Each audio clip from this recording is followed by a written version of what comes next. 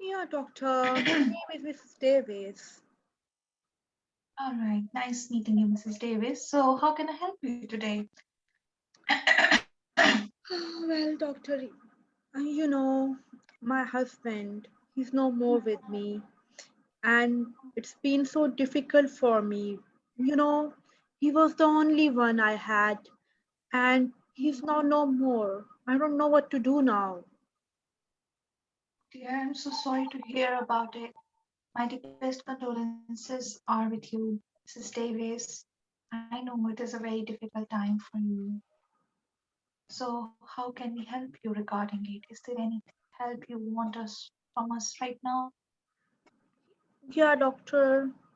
They told me that he died because of chest infection.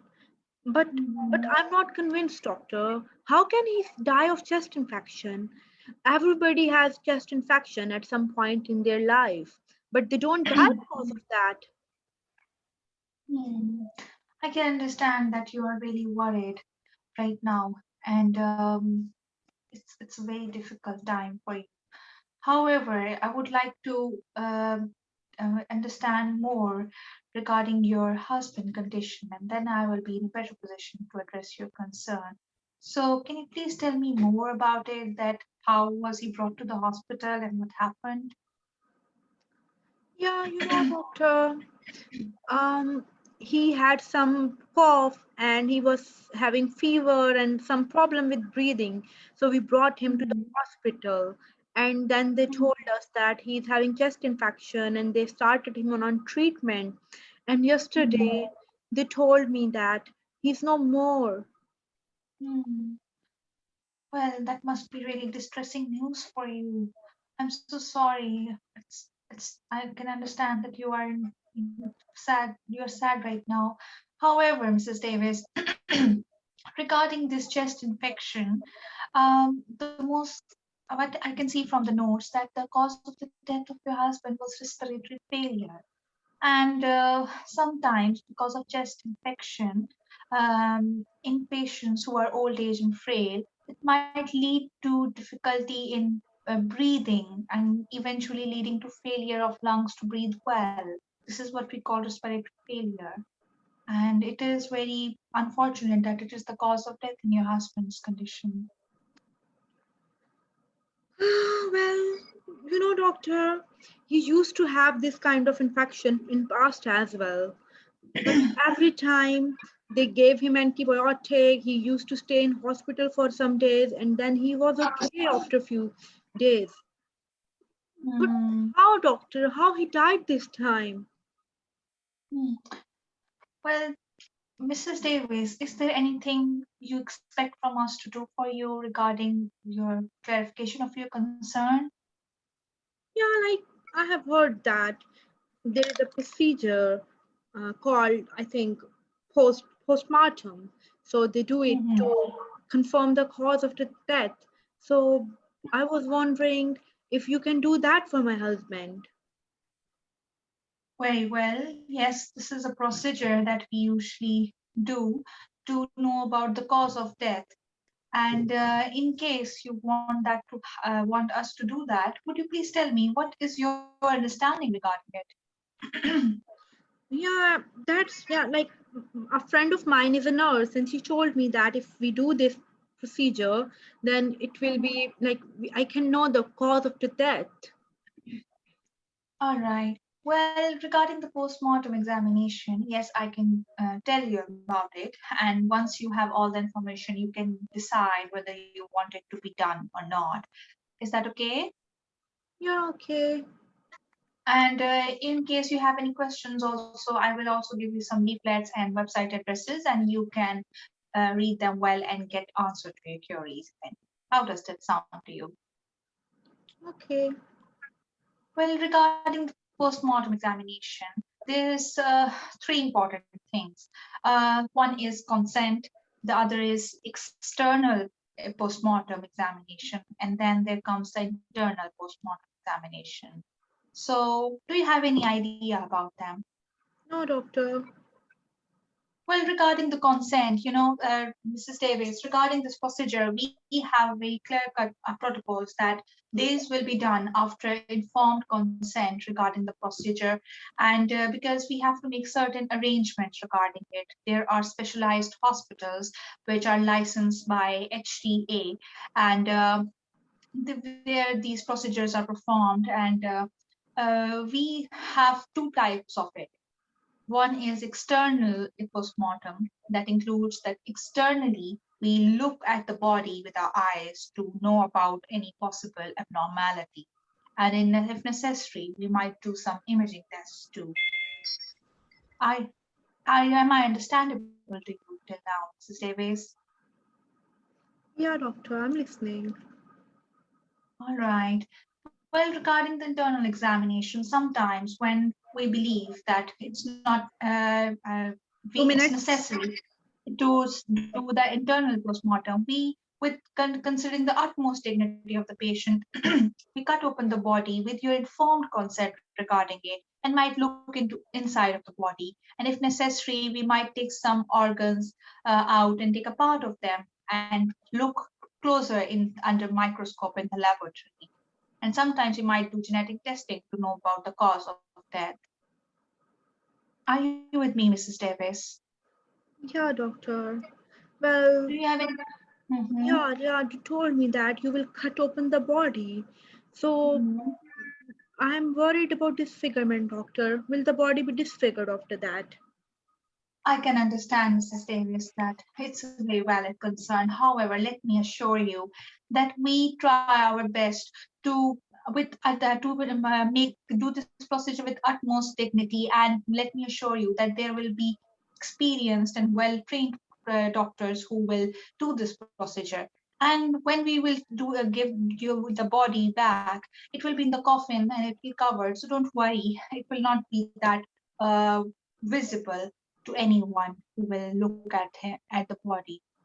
Am I clear to you so far? Yeah, doctor. So, like, how many days it will take, doctor? Well, regarding the procedure, it takes only a few hours. However, the paperwork and the about the body about the body handover, it might take a few days. However, it varies from person to person and case to case. I will talk to my seniors regarding it. Do you have any Yeah, questions? Well, well, would you like us to do that? yeah, like, because I need to arrange funeral in few days. Move on to the next station. Time's up. Okay.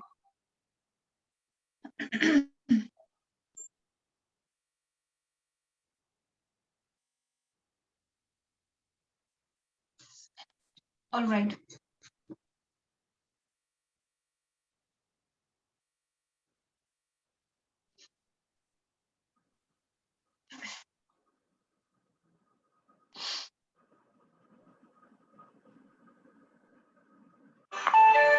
Begin. Hello. Hello, doctor.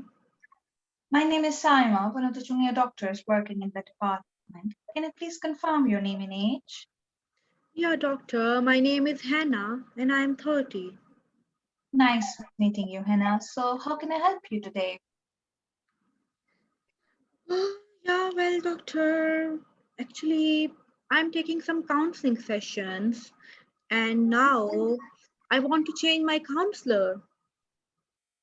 All right. May I know, is there any particular reason you want to change your counselor? Uh, no, doctor. It's just like I want a female counselor because I think I will be more comfortable with her. All right. Well, before that, I would like to ask you a few quick questions to get a better understanding of the situation. Is that okay? Okay. All right. So you told me that you are taking counseling sessions for that. Can you please tell me more about it? That why are you taking them and since when?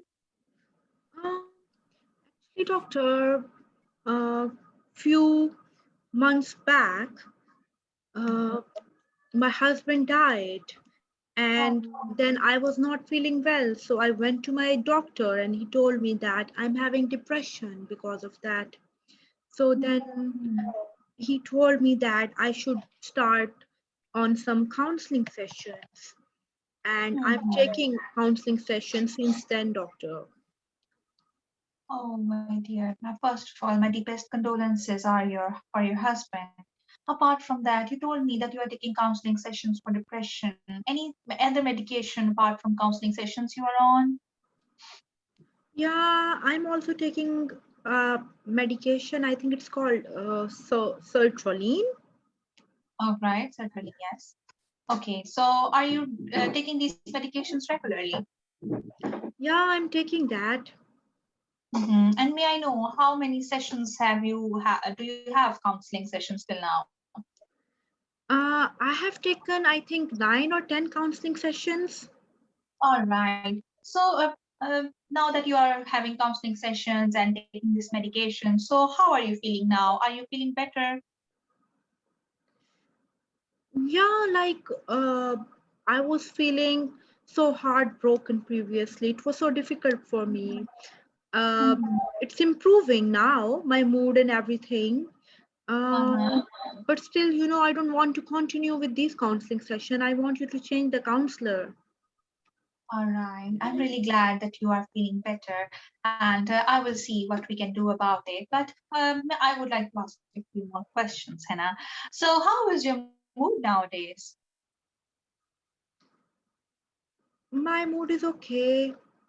All right. And can you please score your mood from 0 to 10, where 0 is lowest mood and 10 is the best I have ever felt? I think it is 5. Mhm. All right. And apart from that, do you have any diagnosed medical condition? No, doctor.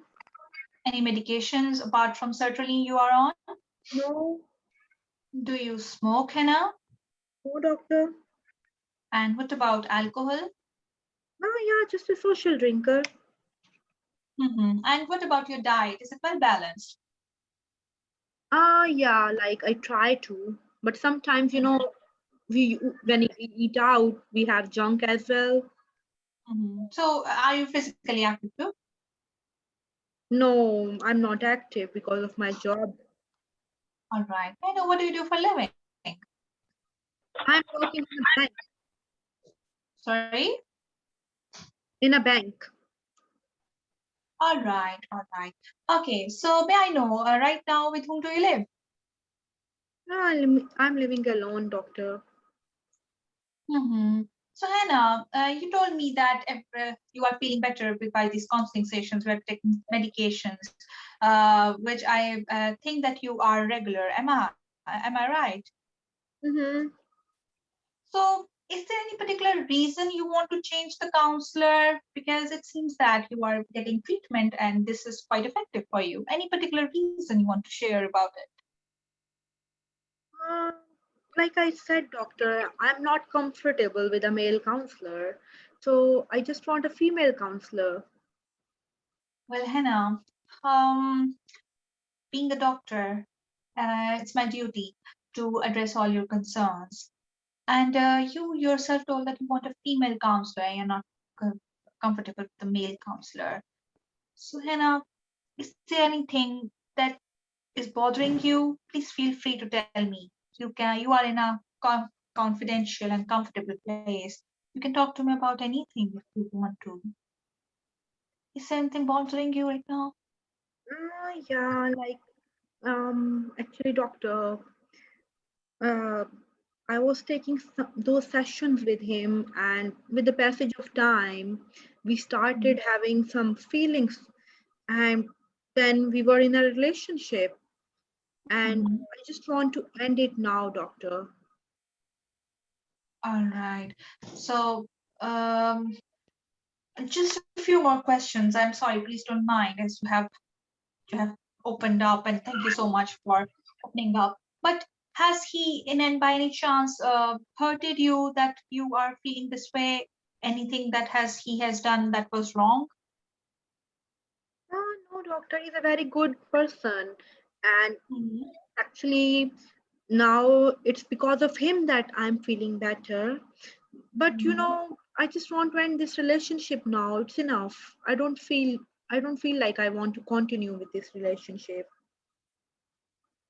All right, Hannah. Well, by any chance, is there any has I'm sorry, Hannah. Well, we can do this. We can change your counselor as you want to, but in order to get a better understanding of the situation, I just want to know, by any chance, you talked about the relationship. So, what kind of relationship do you have? By is just emotional attachment or something more than that? It's just like initially we were friends and now we were going out as well. Hmm. That's it. So, More so than have that. you talked to him? So have you talked to him about it also? No, doctor, I don't want to talk to him anymore. All right. By any chance, has he hurt you? No, doctor. All right.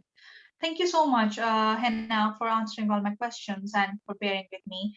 I will change your counselor to some, as you want to, female counselor. However, regarding this, what you have told me regarding your relationship and your emotional attachment with the previous counselor, I think that is something that need to be told to the seniors, and I'm afraid that I have to escalate this matter. Um, because it's not right to have some sort of emotional attachment with your counselor and you were told that you were going out to.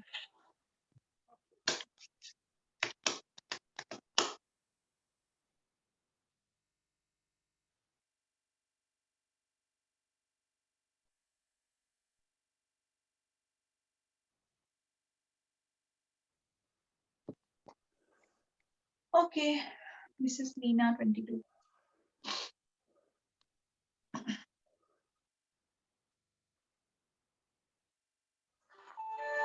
Begin. Hello, Hello, doctor.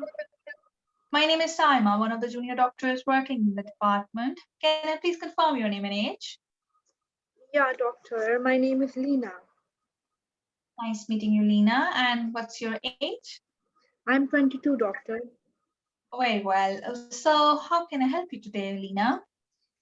Actually, doctor, I am having some breathing problem at some times. Okay, all right. Can you please tell me more about these breathing problems?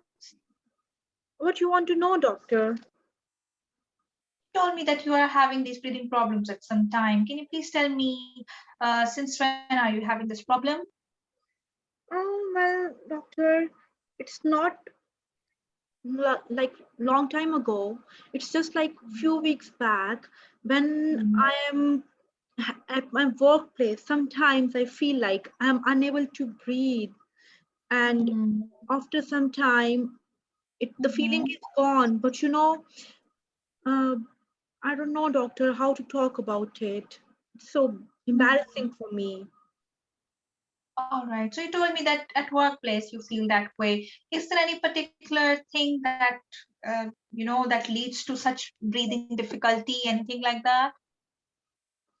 Yeah, the people there, they are not very nice. And sometimes they are looking at me in a very judgmental way. And sometimes they even talk about me in my absence. There are few colleagues and they call me by my name, doctor. So I don't know, like I cannot tolerate all this. And when I'm hearing all that things, suddenly I think it's kind of panic attack I get. I'm having some breathing problem, and then I feel like I've it's not a proper blackout, but I feel like fainting. Mm-hmm. All right. It seems that it's quite difficult situation for you at workplace. But Lena, you told me that start happening 3 weeks back, and people are talking about you and concerning you. What do you think? What is the reason? Why are they doing this way? Yeah, doctor, they have a good reason for doing that because 2 days ago I was dating with my Mhm. friend, and my colleague saw me there, and then she talked to everybody in the office about that I'm a lesbian, and since then they are judging me and they are saying wrong things about me. All right, Lena. First of all, Lena, before moving forward about this consultation, let me tell you that thank you so much that you have opened up regarding your concern. And secondly, nobody has a right to judge you for any preferences or any choices that you made in your life. And you are a really, really brave soul that you have come up with to here to discuss regarding it. So regarding the what you're telling me, the breathing problems, and it seems that you black out and all these things are bothering you. Apart from that, anything else that you want me to tell? Like what, doctor? All right. So apart from, have you noticed any heart racing too? Yeah, at that time I feel like that. All right. By any chance, have you ever fainted too? No, I just feel like that. Mm-hmm. And apart from that, any other problem like by any chance did you happen to start feeling dizzy or anything? No. All right. Um, I would like to ask you a few more questions regarding your general health, and then we will see what we can do about it. Is that okay? Okay. So please tell me, Lena, how was your mood recently? Yeah, my mood is fine, I think. Can you please score your mood from 1 to 10, where 1 is lowest you have felt and 10 is the best you have ever? I think it is 6. All right. Well, sometimes, Lena, when you are in a difficult situation and it's quite overwhelming, people think of giving up, or has it ever chance case with you? No. All right. By any chance, Lena, please don't take me wrong, but there are some people who, in such scenarios, think of hurting themselves. So, have you ever tried to do that to yourself? No. All right. Thank you so much. I'm really glad that you don't. All right. So, apart from that, I would like to ask you about more. Do you have any diagnosed medical condition? No, doctor. Any medications you are on? No. All right. Lena, some questions regarding your personal life. So, do you smoke? Yeah, doctor, I'm smoking 2 to 3 cigarettes a day only. So, when did have you started? Sorry. When did you start? Um, since long time, like my teenage. All right. And what about alcohol? No, I'm not drinking. All right. And how is your diet and physical exercise routine? Is it well? Yeah, it is fine. All right. Thank you so much, Tina, for answering the question so far. I would like to check your recordings of heart rate, blood pressure, oxygen saturation, and I will also like to do your general physical examination. Is that okay? Yeah, okay.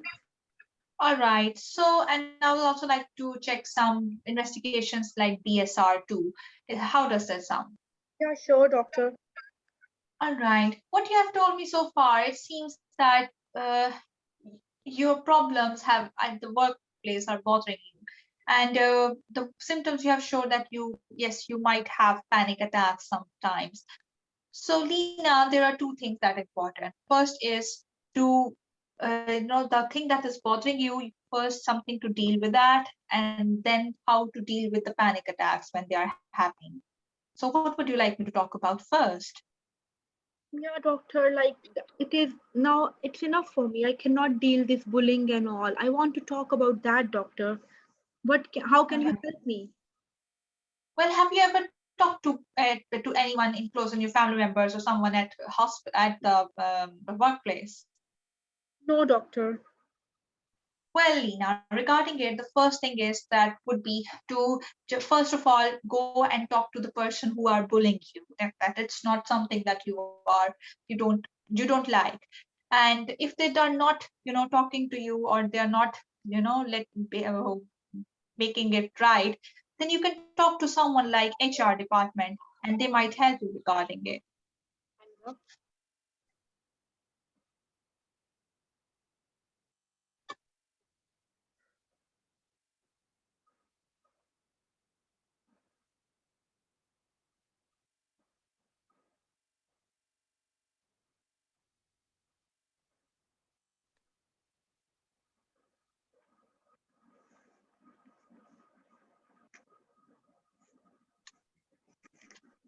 All right.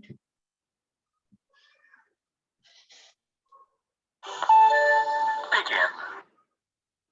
Hello, my name is Saima, one of the junior doctors working in the department. You must be Mr. Brad, am I right? Yeah, doctor. What happened to my mom, doctor?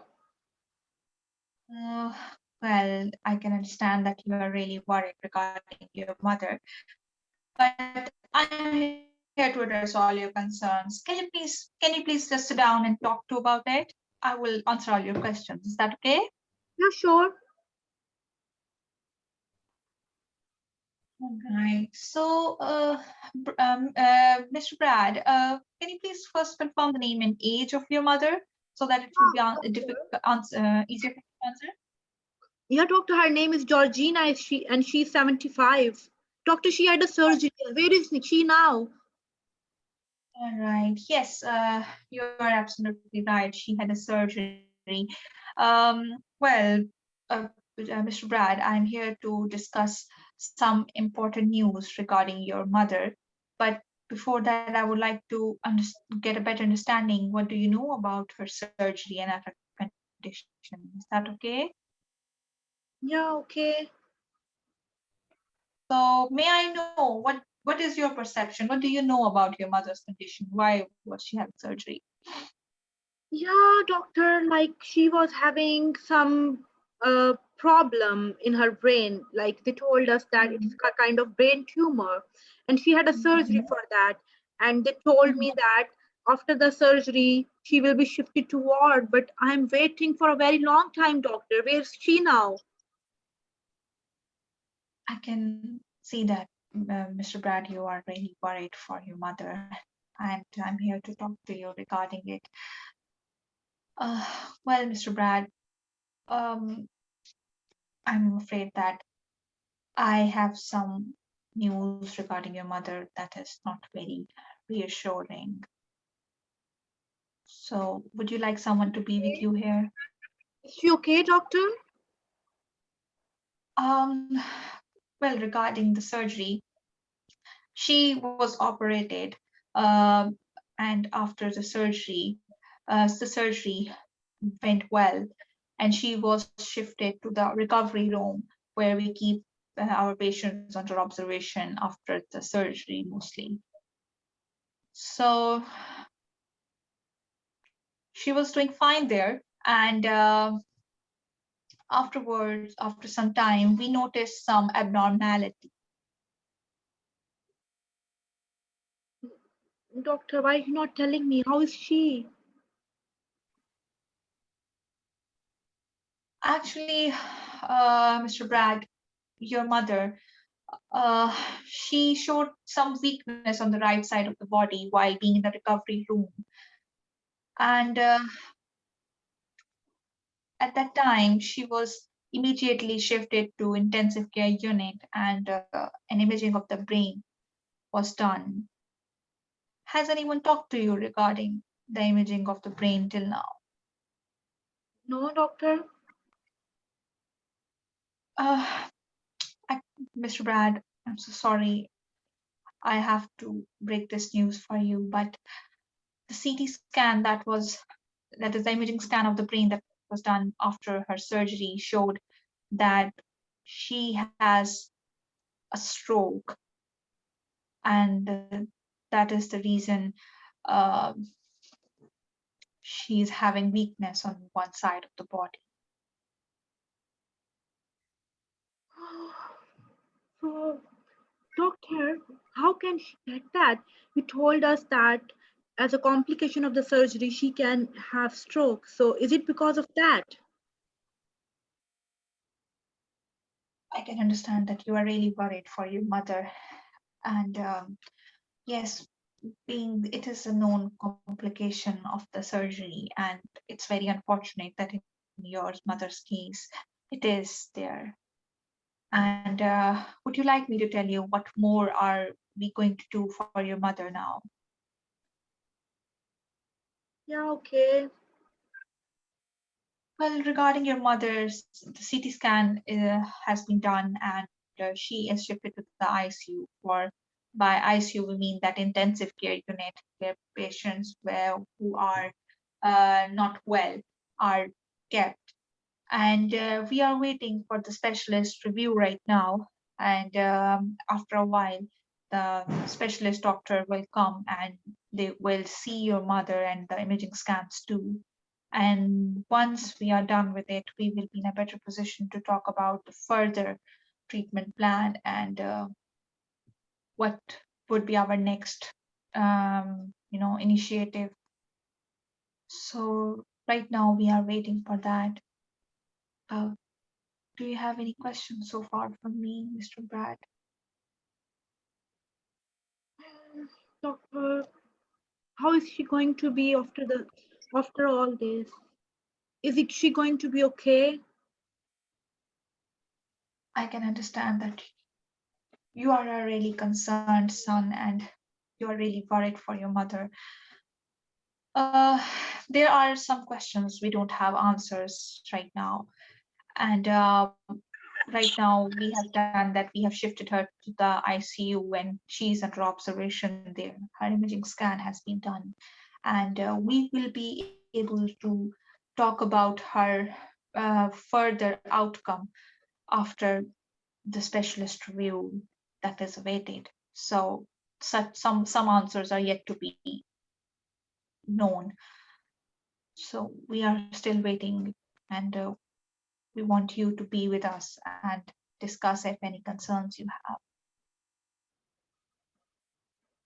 Okay, doctor. So would you like me to tell you what could be the possible things that might happen, just in case, if you want me to let you know? Yeah, sure, doctor. Well, right now we are not sure because we are waiting for the specialist review. But there are certain possibilities.